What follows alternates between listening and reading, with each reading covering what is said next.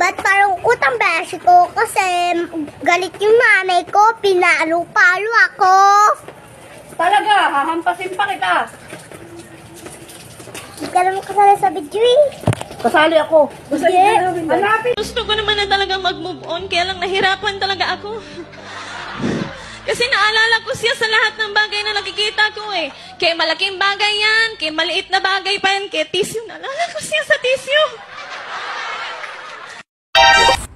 Alam nyo, hindi lahat ng lumalayo, malungkot.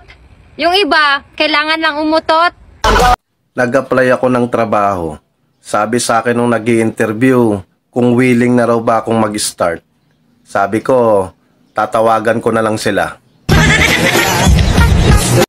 Ala, anong ginagawa mo? Kumusta pagre-reels mo?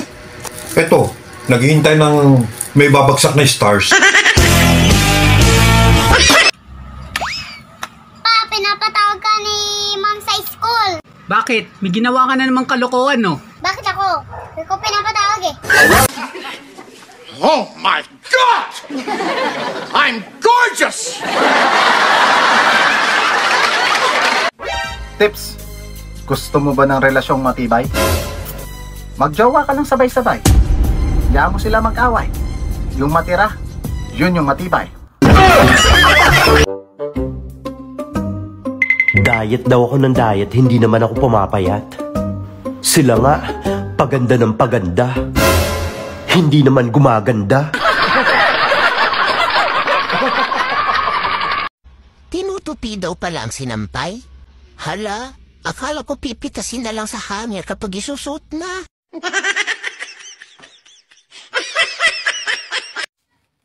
Bakit ang bilis maubos ng cotton buds? Kabibili ko lang nito. Malay ko, kapag ako gumamit yan, binabalik ko naman. May mahal na siyang iba, wag kang tanga. May mahal na siyang iba, wag kang tanga. May mahal na siyang iba, bakit tinetext mo pa? May mahal na ngang iba, wag kang tanga. Hoy crush, kahit duling man ang aking paningin, kahit mahulog man ako sa bangin, sa'yo pa rin ako nakatingin. Oh, bakit gising ka pa? Puyat ka ng puyat. Paano ka makakadami niya? Tulog na.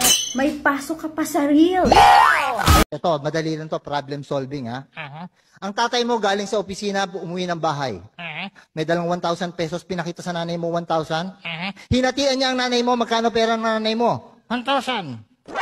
Anong 1,000? Umuwi tatay mo, may dalang 1,000, pinakita sa nanay mo 1,000. Hinatian niya nanay mo, magkano pera ng nanay mo? 1,000. Anong 1,000? Hindi mo alam ang lesson natin. Hindi mo alam ang ugali ng nanay ko. Kung mag-filter, wag naman sobrahan.